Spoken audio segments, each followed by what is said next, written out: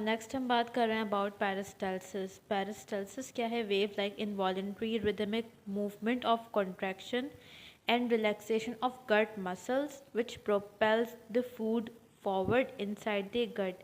Peristalsis देखो, अभी तक हमने क्या डिस्कस किया है? स्वेलोइंग। अभी जो हमारा फूड है वो फेरेंक्स से ईसोफेगस में जा रहा है, ठीक है, ईसोफेगस में जा रहा है।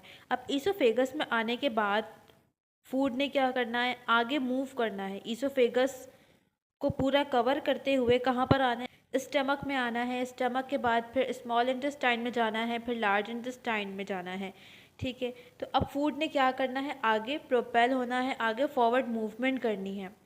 अगर हम गट के बारे में कुछ पॉइंट्स देखें तो हमारा जीआईटी बना हुआ है स्मूथ मसल से, ठीक है। स्मूथ मसल्स, हमारे गट में मसल्स मौजूद हैं। हमारा जीआईटी सिस्टम मसल्स का बना हुआ है और मसल की कौन सी टाइप है? स्मूथ मसल्स हैं। स्मूथ मसल्स ऐसे मसल्स होते हैं जो कि हमारे कंट्रोल में नहीं होते, ये इनवॉलेंट्री फंक्शन करते हैं, ठीक है। स्मूथ मसल्स हमारे कंट्रोल में नहीं होते, इनकी कॉन्ट्रैक्शन और रिलैक्सेशन हमारे कंट्रोल में नहीं होती, ये इनवॉलेंट्री मसल्स हैं। जो इनवॉलेंट्री मसल्स होते हैं, इनवॉलेंट्री एक्शंस हमारे कंट्रोल में जो नहीं होते, वो हमारा ऑटोनॉमिक नर्वस सिस्टम कंट्रोल करता है। वो चीज़ें जो कि हमारे कंट्रोल में नहीं है, उन चीज़ों को हमारा कौन सा नर्वस सिस्टम कंट्रोल कर रहा है? Autonomic nervous system. तो हमारा जो जीआईटी है, गट, वो किसके कंट्रोल में है? वो कंट्रोल में है ऑटोनॉमिक नर्वस सिस्टम के। यहाँ पर जो मसल्स हैं वो किसके कंट्रोल में? ऑटोनॉमिक नर्वस सिस्टम के। अच्छा, अब अगर मसल से बात करें, हमने बताया अभी कि जो मसल्स हैं वो स्मूथ मसल्स हैं और ये स्मूथ मसल्स लेयर्स की फॉर्म में है, ठीक है। सिर्फ एक सिंगल लेयर नहीं है मसल्स की, बल्कि 2 लेयर्स हैं मसल्स की। एक लेयर है इनर, एक लेयर है आउटर, ठीक है। जो इनसाइड मौजूद होगी वो इनर लेयर कहलाएगी और जो आउटर साइड पे होगी वो आउटर लेयर कहलाएगी।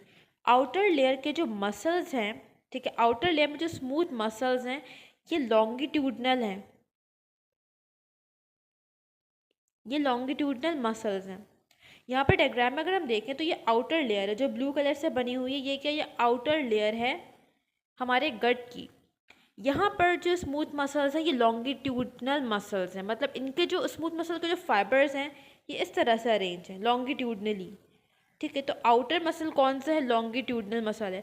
जबकि इसके नीचे की अगर हम लेयर देखें, जो इनर लेयर है, वहाँ पर अगर हम देखें तो यहाँ पर जो मसल्स हैं ये है सर्कुलर मसल्स। यहाँ पर जो स्मूथ मसल है इनके फाइबर्स इस तरह से सर्कुलर फॉर्म्स में अरेंज हैं। तो आउटर लेयर हो गई लॉन्गिट्यूडनल मसल की और इनर लेयर हो गई सर्कुलर मसल की, ठीक है। यहाँ तक कुछ पॉइंट्स हमने डिस्कस कर लिए। अब हम पेरिस्टाल्सिस पे बात करते हैं कि पेरिस्टाल्सिस है क्या। Wave like involuntary rhythmic movement of contraction and relaxation of gut muscles. देखो, हमारे गट में मसल्स हैं, ये गट मसल्स कॉन्ट्रैक्शन और रिलैक्सेशन करते हैं। ये इस तरह से कॉन्ट्रैक्शन और रिलैक्सेशन करते हैं कि एक वेव क्रिएट हो जाती है इस तरह से। ये वेव हम बनाते हैं ना, फिजिक्स में हम पढ़ते हैं वेव।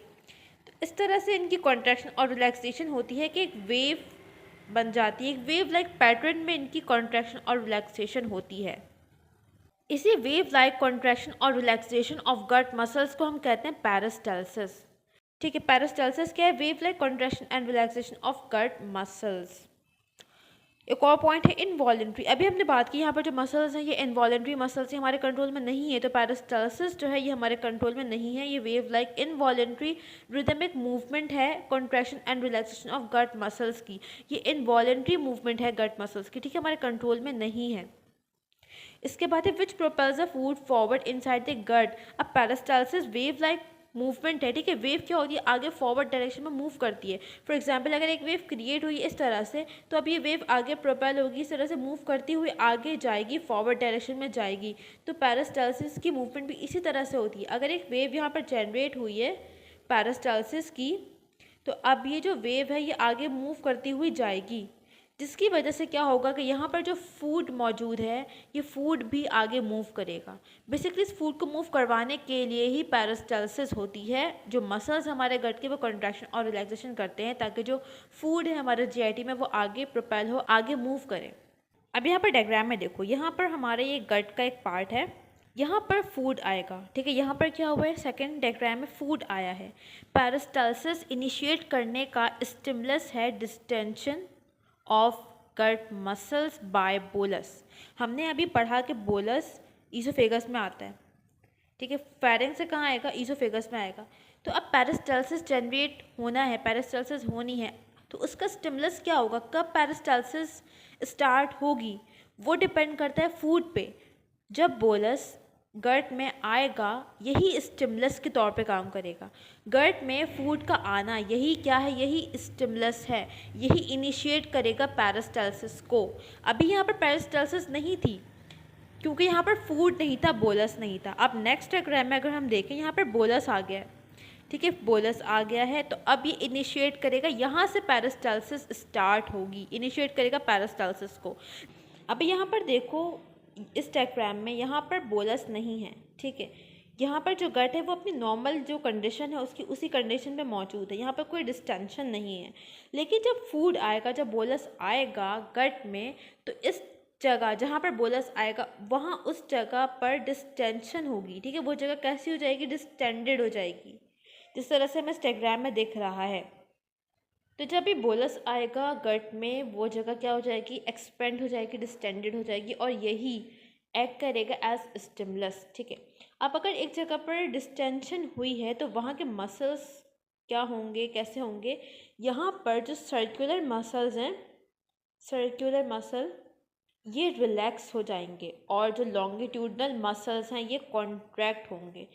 अब नेक्स्ट क्या होगा कि यहाँ पर जो कॉन्ट्रैक्शन और रिलैक्सेशन है मसल्स की, ये इस तरह से वेव लाइक पैटर्न में आगे मूव करती जाएगी, फॉरवर्ड मूव करती जाएगी। अब आगे के मसल कॉन्ट्रैक्ट और रिलैक्स होंगे। अब आगे पार्ट के जो सर्कुलर मसल्स हैं ये रिलैक्स हो जाएंगे और लॉन्गिट्यूडनल मसल कॉन्ट्रैक्ट होंगे, ठीक है। यहाँ के मसल्स, फूड यहाँ पर आ गया, और जो अब इसके बिहाइंड मसल्स हैं, मतलब इसके पीछे वाले मसल, अब ये अपनी ओरिजिनल हालत में आ जाएंगे। मतलब कि अब यहाँ पर जो सर्कुलर मसल्स हैं ये कॉन्ट्रैक्टेड हो जाएंगे और लॉन्गिट्यूडनल मसल्स यहाँ पर रिलैक्स हो जाएंगे। नेक्स्ट अब उसी तरह से होगा कि अब आगे के मसल्स, सर्कुलर मसल्स रिलैक्स होंगे, लॉन्गिट्यूडनल मसल कॉन्ट्रैक्ट होंगे, फूड आगे मूव करेगा, और इसके जो बिहाइंड जो मसल्स है, अब इसके पीछे वाले मसल्स, यहाँ पर सर्कुलर मसल की कॉन्ट्रैक्शन हो जाएगी और लॉन्गिट्यूडनल मसल्स यहाँ पर रिलैक्स हो जाएंगे। इस तरह से एक वेव लाइक पैटर्न में कॉन्ट्रैक्शन और रिलैक्सेशन होगी, जिसकी वजह से फूड आगे मूव करेगा, फॉरवर्ड डायरेक्शन में मूव करेगा, ठीक है। अगर ईसोफेगस की बात करें तो ईसोफेगस में अगर फूड आया है और यहाँ पर पेरिस्टाल्सिस हो रही है, वेव जनरेट हुई है, तो अब इसकी वजह से क्या होगा, ये फूड आगे मूव करता हुआ जाएगा और कहाँ पर आ जाएगा, ईसोफेगस से स्टमक में आ जाएगा, ठीक है। तो इस तरह से पेरिस्टाल्सिस होती है। यहाँ पर ये बात याद रखो कि जब डिस्टेंडेड होगा जो पार्ट, वहाँ पर कौन से मसल्स कॉन्ट्रैक्ट होंगे, कौन से मसल्स रिलैक्स होंगे, हमारे गट में कौन से मसल्स हैं, इनर लेयर में कौन से मसल्स हैं, आउटर लेयर में कौन से मसल्स हैं, कौन सा नर्वस सिस्टम इन तमाम चीज़ों को कंट्रोल करता है। इस तरह से जो मूवमेंट होती है गट की, से हम कहते हैं पेरिस्टाल्सिस, और ये ईसोफेगस से लेकर एनस तक ये मूवमेंट होती है। नाउ एक और टर्म है anti peristalsis. Anti peristalsis peristalsis का बिल्कुल ऑपोजिट है।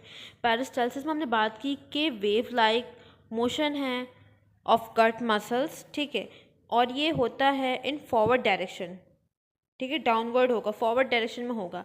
जबकि जो एंटी पेरिस्टाल्सिस है ये भी इसी तरह से मूवमेंट है गट मसल्स की कॉन्ट्रैक्शन और रिलैक्सेशन की वजह से होती है, लेकिन ये ऑपोजिट डायरेक्शन में होती है, ठीक है। ये कहाँ होगी, ये अपवर्ड डायरेक्शन में होगी, जिसकी वजह से होगा क्या, जो फूड है वो अपवर्ड डायरेक्शन में मूव करेगा। मतलब कि अगर हम बात करें स्टमक में फूड है, ठीक है, स्टमक में फूड है और यहाँ पे एंटी पेरिस्टाल्सिस हो रही है। एंटी पेरिस्टाल्सिस मूवमेंट पुश कर रही है स्टमक कंटेंट को अपवर्ड डायरेक्शन में। तो अब क्या होगा, यहाँ जो स्टमक का कंटेंट है ये ईसोफेगस में जाएगा, फिर ईसोफेगस से ये फेरेंक्स में, फिर हमारे ओरल कैविटी में, और ओरल कैविटी से ये हमारे बाहर आ जाएगा in the form of vomiting. तो जब ये वॉमिटिंग होती है वहाँ पर एंटी पेरिस्टाल्टिक मूवमेंट हो रही होती है गट मसल्स की। अब एंटी पेरिस्टाल्टिक मूवमेंट होती क्यों है, ड्यू टू ओवर एक्सटेंशन। जब हम बहुत ज़्यादा खाना खा लें और हमारा जो गट है वो ज़्यादा ओवर एक्सटेंड हो जाए, ओवर डिस्टेंड हो जाए, तो उसकी वजह से भी एंटी पेरिस्टाल्टिक मूवमेंट हो सकती है। इसके अलावा एक्सेसिव जीआई इरिटेशन, किसी वजह से जीआईटी में इरिटेशन हुई भी है, तो एंटी पैरास्टाल्टिक मूवमेंट शुरू हो जाएगी। या हमने कोई पॉइजनस फूड, कोई टॉक्सिक केमिकल इंजेस्ट कर लिया है, जिसके बाद भी एंटी पैरास्टाल्टिक मूवमेंट स्टार्ट हो जाती है। ठीक है, तो ये कुछ कॉजेज़ हैं एंटी पैरास्टाल्टिक मूवमेंट के। समझ आ गया एंटी पैरास्टाल्टिक मूवमेंट। इसमें क्या होगा, कॉन्ट्रैक्शन और रिलैक्सेशन होगी गट मसल की, जिसकी वजह से अपवर्ड मूवमेंट होगी। ठीक है, जो वेव जनरेट होगी वो अपवर्ड डायरेक्शन में होगी।